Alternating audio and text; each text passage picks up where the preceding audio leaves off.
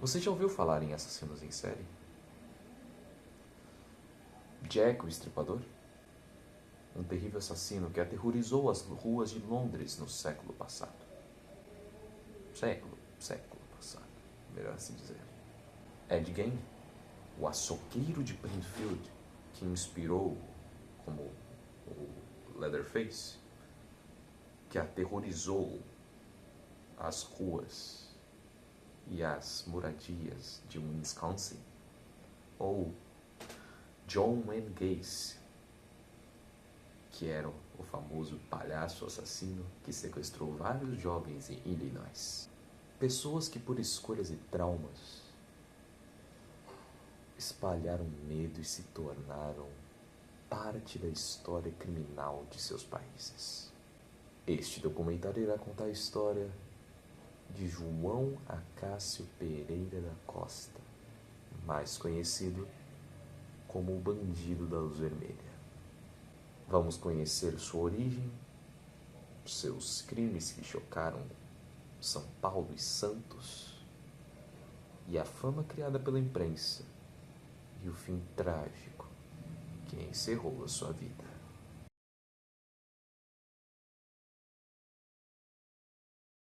João Acácio Pereira da Costa, nascido em 1942 em Joinville, Santa Catarina. Ainda criança, foi criado por um tio que, segundo ele, o torturava e obrigava a trabalhar por comida. Órfão junto ao seu irmão, eles fugiram de casa e passou a viver nas ruas, tentando sobreviver de pequenos furtos e bicos. A infância difícil e sem afeto, e marcada pela violência de uma trajetória criminosa. Após passar por Curitiba, João Acácio se fixou em Santos, no litoral paulista, principalmente na área do Gonzaga, naquela área. Com o dinheiro dos primeiros furtos, começou a levar uma vida de luxo. Festas, mulheres, roupas caras, bebidas. A sua fortuna via de crimes em São Paulo, onde invadia mansões de famílias ricas durante a madrugada. Então ele fazia justamente isso. Ele se hospedou em Santos, vivia tranquilamente, mas os seus furtos ele não realizava no lugar onde nasceu. Não se cuspa no prato em que se come. Não, ele realizava esses furtos em São Paulo ou no Rio de Janeiro. Fazia questão de fazer os furtos longe do lugar onde morava para não levar suspeitas. Ele entrava nas casas no escuro, usando uma lanterna vermelha, que foi roubada na loja das Americanas. Foi essa lanterna que deu origem a seu apelido, o Bandido da Luz Vermelha. Antes disso, ele era chamado de Homem-Macaco. Por que Homem-Macaco? Você me pergunta? Ele usava o macaco mecânico, aquele que se usa em oficina, para quebrar as janelas das mansões. Em 1968, o cineasta Rogério Sganverla lançou o filme O Bandido da Luz Vermelha, um marco da história do cinema marginal brasileiro. João Acácio, ainda preso, se tornou um símbolo da falência, do sistema prisional e da sociedade urbana e violenta. Condenado a 351 anos de prisão, mas devido ao nosso Código Penal, só cumpriu 30 anos de cadeia e passou por manicômios judiciais e pela Casa da Custódia de Taubaté, onde foi diagnosticado com distúrbios mentais. Apesar de longa pena, mantinha momentos de vaidade e lucidez.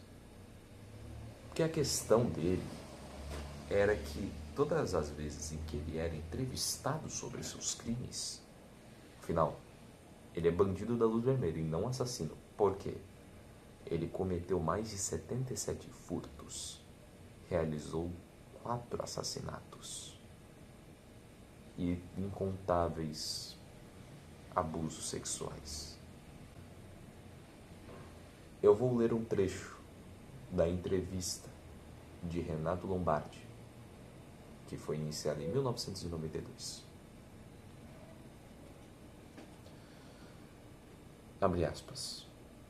Eu era bobo e tinha orgulho de usar a violência. Hoje digo, o crime não compensa.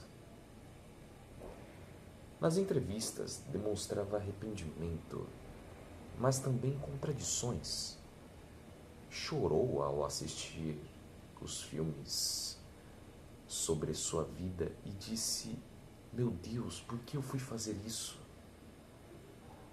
Apesar disso, a imprensa continuava fascinada com o seu mito. Em 16 de agosto de 1997, após 30 anos de prisão, João Acácio voltou a ser um homem livre.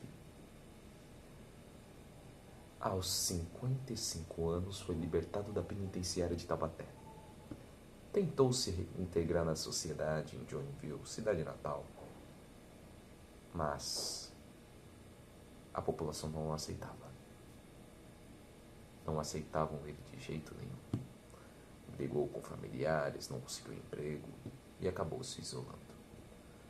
Foi acolhido por um amigo pescador, Nelson Pizerguer, mas também discutiu com ele e sua família.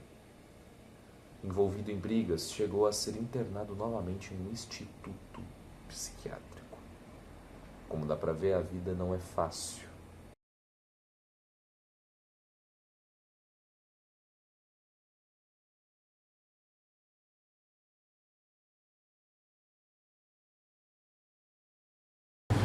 Muito boa noite. Estou aqui iniciando uma entrevista inédita aqui com uma pessoa que viveu a época do dito bandido da Luz Vermelha. Peço desculpas pelos sons de fora. Não, sem problema nenhum, imagina. Na área rural. Entendo. Faz parte, né? É, faz parte, querendo ou não. Não vou revelar o nome da pessoa, só quero o seu depoimento. Vamos lá, dispor. Vamos lá.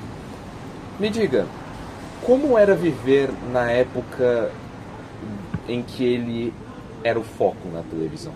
Tipo, não tô dizendo que você é velho, é jovem. Não, tal, imagina. Mas, tipo, ele era comentado todo domingo era uma notícia sobre ele era pouco comentado, os adultos, as pessoas que estavam mais antenadas naquilo, eles evitavam de falar isso. Como era essa época? Então, em meados dos anos 60, mais ou menos, para você ter uma noção comparativa com os dias de hoje, o Bandido da Luz Vermelha era um hype tão grande, era uma fama assim tão absurda, todo final de semana noticiário era fantástico, era linha direta, Jornal Nacional, comparado igual influencers hoje que fazem uma dancinha acompanhando um hit musical no TikTok. Agora uma pergunta, então você está me dizendo que ele gerou um medo nas pessoas, não que ele era um bicho papão assim, não era um bicho papão, porque a gente sabia que ele existia e que de fato estava acontecendo os crimes, mas eles geravam um terror, a gente ficava apavorado. Exatamente. Ficava apavorado. Você não viveu os anos 60, correto? Sim. Mas você conheceu pessoas que viveram os anos 60. Com certeza. Até porque em meados dos anos 90 era a época que ele estava saindo da prisão. Nos anos 60 que ele cometeu os atos. Sim, exato. Exatamente. Você conhece pessoas que foram afetadas por ele? Assim, próximas não, mas meus avós, né? Meu pai, não digo que o meu pai ainda era um adolescente, mas os meus avós da época. Hoje eu tenho em torno de 40 anos, meu avô tem aí volta de uns 80, ele tinha uns 20 e pouquinho. Ele ainda pegou esse boom, né, do Bandido da Luz Vermelha na época de fato. Mas tem um em comum dele, uma história que ele contou aí ao longo do tempo, que acabou sendo afetado esporadicamente aí com a mulher, mas não conseguiu, né, o Bandido da Luz Vermelha de fato finalizar o ato, né, o crime, mas houve sim de fato aí um incomum, né, do meu avô. E basicamente foi no ano de 1997 que ele veio a falecer de uma maneira trágica até, com um tiro de espingarda na cara. Você se lembra da reação das pessoas quando essa notícia foi aberta? Tipo, nos jornais, na TV, com certeza. no rádio? Como era a reação assim? Eu podia relatar até a minha mesma, né? Uhum. De fato. Mas assim, se torna um alívio, né? Você vê algo que vem aterrorizando as pessoas desde a época dos seus avós, aí passa para a época do seu pai, você ainda acaba vivendo, querendo ou não, um pouco aquilo. Ainda numa cidade que você, querendo ou não, vive. A gente fica, de uma certa forma, justiçado, né? Que a justiça acabou realmente sendo feita e aliviado também de tabela. Você acha que o jeito que a mídia tratou ele foi justo? Você acha correto o que a mídia fez ao se tratar desse caso? Você acha que a justiça foi realmente feita? Então eu queria saber, na verdade, se, além dele ser um monstro, a sociedade em que ele estava também era um monstro em sua época? Eu gostaria de saber. Olha, vamos então da primeira parte, falar aqui, né? Destrinchar o endesalmento aí que a mídia fazia em torno da imagem dele, né? Do Bandido da Luz Vermelha, no caso. Cara, sendo sincero, eu acho que de fato ouvia mesmo esse endeusamento aí desnecessário, mas acho que isso ocorre pelo fato da mídia ser sensacionalista, né? Então tudo se procura daquele hype ou fazer a gotinha virar ali um vendaval, né? Então eu não concordo com esse tipo de atitude, embora eu entenda que faça parte da sociedade que nós vivemos, infelizmente, desde que mundo é mundo aí. Não gosto, mas me sinto assim, questão de justiça realizada, porque, de certo modo, chegou, né? Ainda em 1997 aí por esse demônio em pessoa, né? Falta palavras para descrever a insanidade desse homem. Bom, muito obrigado por responder todas as perguntas. Eu que agradeço, imagina, foi uma honra aqui, tá? Você contribuiu muito para este documentário. Muito obrigado.